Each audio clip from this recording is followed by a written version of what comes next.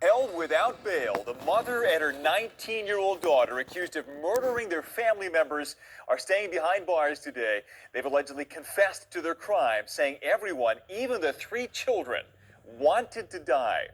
It is Tuesday afternoon. I'm Brian Taft. And I'm Shari Williams. The big story on Action News is the new details that we are learning about the 5 people murdered in Morrisville, Bucks County. Action News has team coverage today at 4 o'clock. Maggie Kent is in the neighborhood, but we'll begin now with Walter Perez. And he's live at the district attorney's office in Doylestown. And Walter, this case is rattling investigators.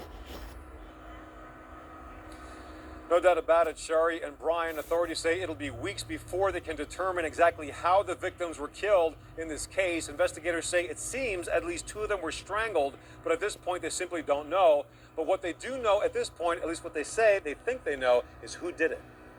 Authorities say 45-year-old Shanna Decree and her 19-year-old daughter Dominique have confessed to the horrific murders of 5 members of their own family. Morrisville Police Chief George McClay says these are the kinds of cases that haunt police officers. It's a sad day for us. As much as I've seen over my career, this is the saddest case I've ever had.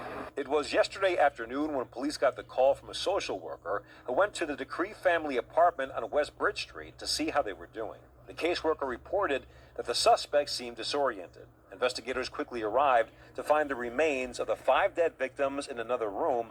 The youngest were 13 years old and 9-year-old twins. Bucks County DA Matt Weintraub says he has a pretty good idea how this crime unfolded. The question that lingers is, what could have possibly been the motive? As confusing as it was last night, we are no closer to understanding that in the harsh light of day.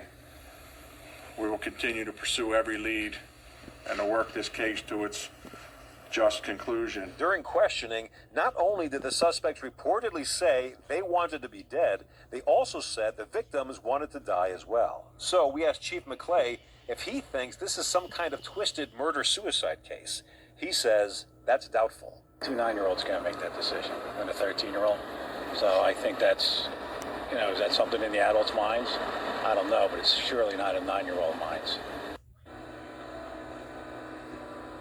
Now, authorities say there were 8 people living inside that tiny apartment, the 2 suspects and the 5 victims. The 8th person was one of the victim's sons. We can report that he was not there at the time of the murders, and today he was found by investigators uninjured.